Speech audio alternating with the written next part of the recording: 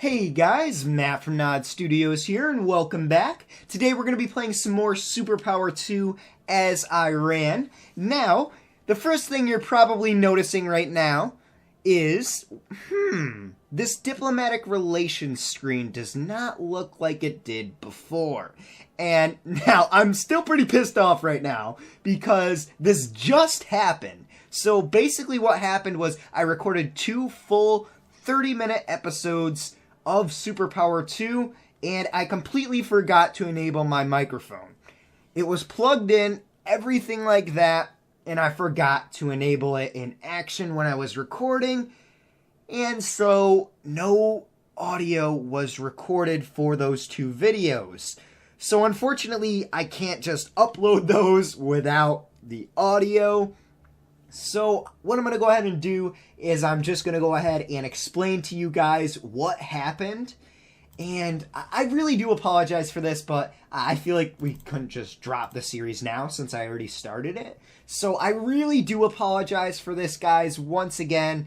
But basically, you know, we didn't expand too much. Our country didn't gain that much territory over those 2 episodes, but some crazy shit did end up happening, which I would have loved to, you know, have been able to upload those videos, but I just can't now. So I do apologize for that, guys.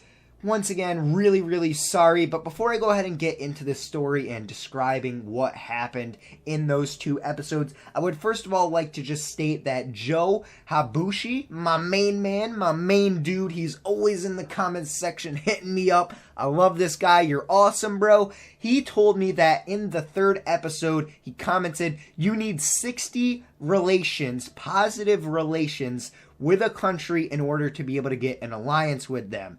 And you need 80 for them to be able to do an arms deal with a country. And basically what an arms deal does and allows you to do is it allows you to use another country's resources and their basically research, no, not research, but their building capacity. Like if I go in and I try and build 1 million infantry vehicles, it's going to take forever because, you know, my production capacity is going to be taken up by that.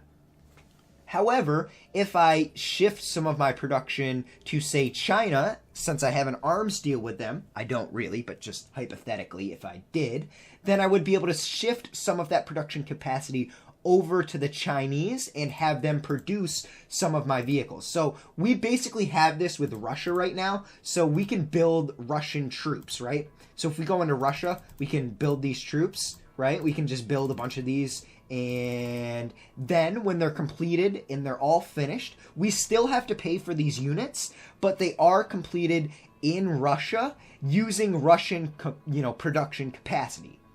And countries can also have arms deals with us, which can cause them to build units in our country using up our production capacity. So hopefully that made sense, but yeah. Basically, we can just create Russian units using Russian production capacity, and then the units will get transferred over to our reserves when they are finished. So it's a very, very useful thing to have a few arms deals with a few different countries, so that way you can get unit production to go very high and you can produce units extremely fast. So that'll be very useful if you're, you know, a country like in the European Union or in NATO, because they have that huge military alliance. So you should be able to get a few arms deals going on there, and maybe you can, you know, build a huge army in a short amount of time. So that's basically what the arms deal allows you to do. So anyways, with that all covered, let's go ahead and describe what happened in the previous 2 episodes. So basically what happened was I noticed as I was taking a look around the map that Malaysia, everyone in the world for some reason, and now they don't. Now the world fucking loves them because I went to war with them and the world rushed to their protection. But Malaysia was kind of hated by the Western countries, and they kind of still are. So I decided to go ahead and declare war on them. However, when I did, Great Britain and Vietnam, or no, it wasn't Vietnam, it was Cambodia, sorry. Cambodia and Great Britain, as well as Singapore, joined in on the war on the side of Malaysia. So basically I was like, God damn, my Navy might get screwed. So I had to buff up my Navy just a little bit in order to be able to beat the British. Then I sent troops over into the peninsula of Malaysia, occupied the whole entire thing, and then annexed it eventually. But what ended up happening was basically World War III was about to fucking happen. Like, the whole entire world, for some reason, decided to join in on this war. Like, China joined in, the United States joined in, pretty much all of Europe joined in. And I was like, what the fuck is happening? So, what I went ahead and did was I changed my tactics around from trying to go to war with, Malaysia, to actually just annexing what land I had controlled. And I was able to successfully do that. And then what I did was I just pieced out of the wars. So I was able to just annex this small little area and then just get myself out of the wars and get my diplomatic relations all cleared up and all back to normal. That took me some time. As you can see, we are now in the year 2039, so quite a considerable amount of time did go by since episode 3. Oh man, I really do apologize for this, guys. It's bad. It's really bad. But yeah, that's basically what happened. World War III almost hit the gutter. The United States had troops over here. I even sent some troops into the United States. So that's why there's not an army in Mexico anymore, is because the United States took it out. I sent that army up into the United States, and their army just completely shreked mine. They have a technological advantage on me, and also they have a numbers advantage on me, so I was not going to win that war in any way, so my best course of action was just to drop it. Now, as you're probably noticing, I have really bad relations with a few select countries. The United States, Morocco, who are these guys? Hungary, Austria, Albania, and Mongolia. They all really kind of hate me, and that's because I was trying to do some covert action work in their countries, and I actually have some cells still left over in their countries. So basically what I was trying to do was I was trying to coup d'etat both Mongolia and Morocco. However, it ended up failing miserably, and they ended up hating me terribly, and what I ended up trying to do was framing the US for the coup d'etat, so that way, if it was successful, Morocco would, end up liking me a lot more, but they would end up hating the United States since I was framing them for the coup d'etat. So that ended up backfiring completely on me, and basically Morocco and Mongolia hate me, and also the United States and Albania hate me for framing them. Now, on a bit of a side note, I am going to need to rebuild my military, so I would like to go ahead and get that started right now. So I'm just going to go ahead and build up some military units in here on my own turf, on my own conditions, and I'm just going to set up a bunch of mass troops to be created here. We're going to do 500,000 Islamic Revolutionary Guards, and then we'll just do 500 mobile launchers and 500 infantry vehicles, except we'll do a few orders of those. Also, in the last episode, I designed a few more infantry, or not infantry, but naval units. I designed an Air Support 1, which is an ASW helicopter, and I also designed a patrol craft, which is called the Somali Pirate. Also, I ended up switching up the research tab in here. So I switched it basically from all naval research to mostly ground and air research, with a little bit going into naval still and a little bit going into strategic. And that actually turned out very well.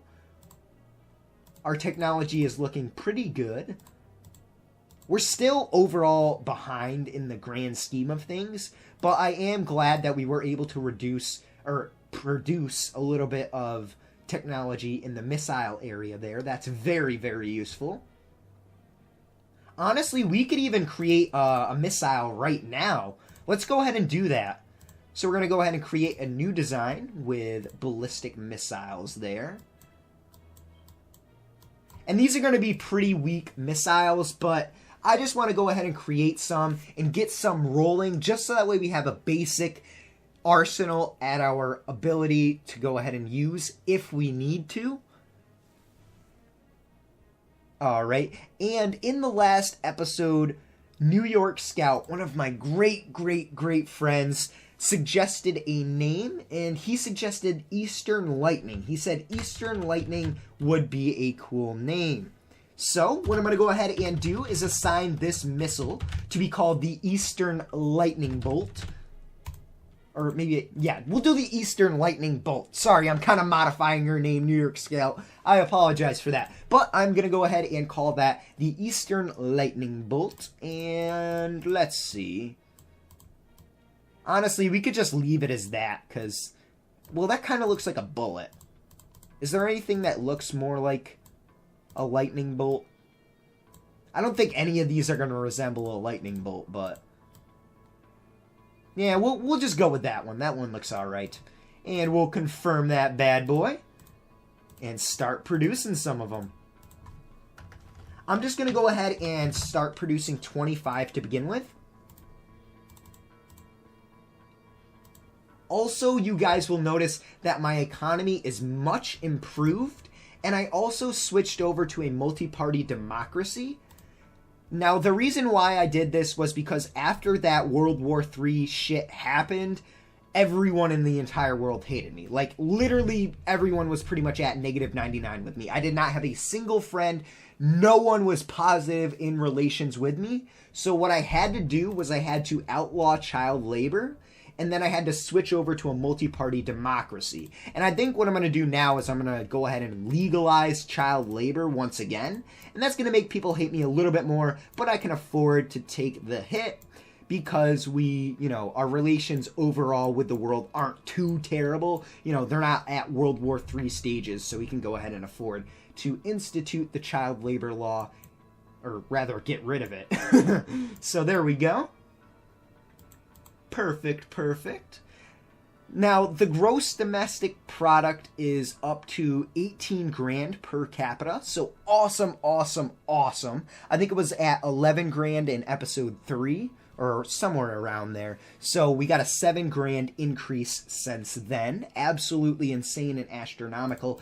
I love it. And that's with, you know, increasing all of these expenses and all of that. So this is where we're looking at with our budget for right now. I managed to completely eliminate all of our debt, so that was good. I would like to go ahead and try and get rid of a little bit more of this corruption, though, because it is sucking out quite a bit of money from our budget, so I want to get that dealt with as soon as possible. And we can also lower the income tax rate just a little bit, because I would like to get that slowly going down. And, ooh, it looks like a lot of nations are starting to do some covert actions on us. That ain't good. That ain't good at all. I'm going to go ahead and take a swig of water real quick.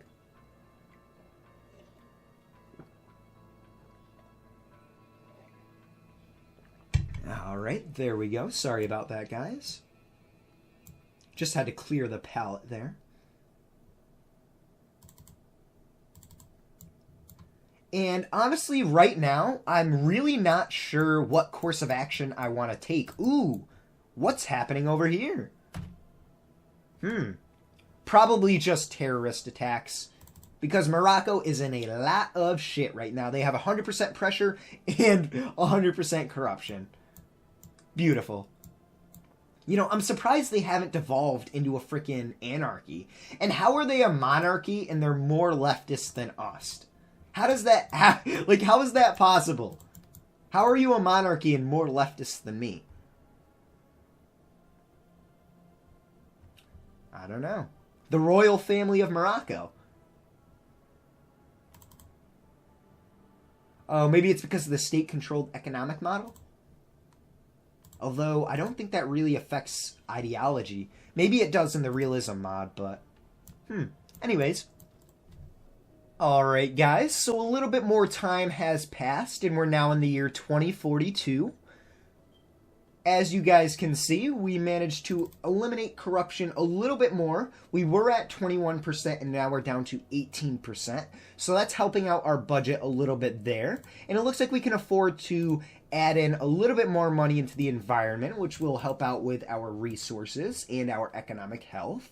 How are we actually looking in here? Alright. Well, it looks like we're losing money on vegetables and fruits now. So I'm going to go ahead and privatize that market. And also it looks like on drugs, we're not really making too much more. Like our production isn't too much more than our consumption. So I'm going to go ahead and set that to a private enterprise as well. What about fossil fuels? Oh yeah, that's still way above production limits. That's good. Yeah, the rest of that looks really good. I'm going to leave that as is. The other thing I wanted to go ahead and do was I wanted to go ahead and deploy... Actually, let's first of all train these guys just a little bit. Let's give them some basic training. And I'm going to do this for all of the units here. Can I train missiles? No, unfortunately I can't train missiles. That's a bummer. We can just deploy all of those missiles to the capital, though. And while we're at it, we can set up another build order for some more. This time we'll do 2 orders of... Actually, let's do 3 orders of 50. Does the world hate it when you build nukes? Oh, I don't think it affects your diplomatic relations, thankfully. Oh, yes, and I also have a question for you guys about covert cells. Now, I was wondering how... like the framed countries works. So what is the best country to choose as the framed country? Like, I know personally that if you try to, you know, sabotage or espionage or coup d'etat a country, the best conditions for doing that is high corruption, low stability, high pressure, and a constitutional form that is authoritarian or totalitarian. So like a military dictatorship or a monarchy would have much higher chances of getting a successful coup d'etat than a multi-party democracy or a republic would have. So I'm just wondering, and I'm very curious as to what conditions make a country a good country to be framed. Is it basically the same exact conditions? Do you want to look for high corruption, low stability, and high pressure? Or do you want to look for something else? I'm really not sure. If you guys know anything about that, please let me know in the comments below. I would greatly appreciate any information regarding that. Alright, well anyways guys, I'm going to go ahead and just leave this episode off right here. Thank you guys so much for tuning in to another episode of Let's Play SuperPower 2. If you guys enjoyed this one, please leave a like, please comment, and please subscribe. It really helps out and it really does mean a lot. So once again, thank you guys so much for watching, and I'll see you in the next episode. Bye bye!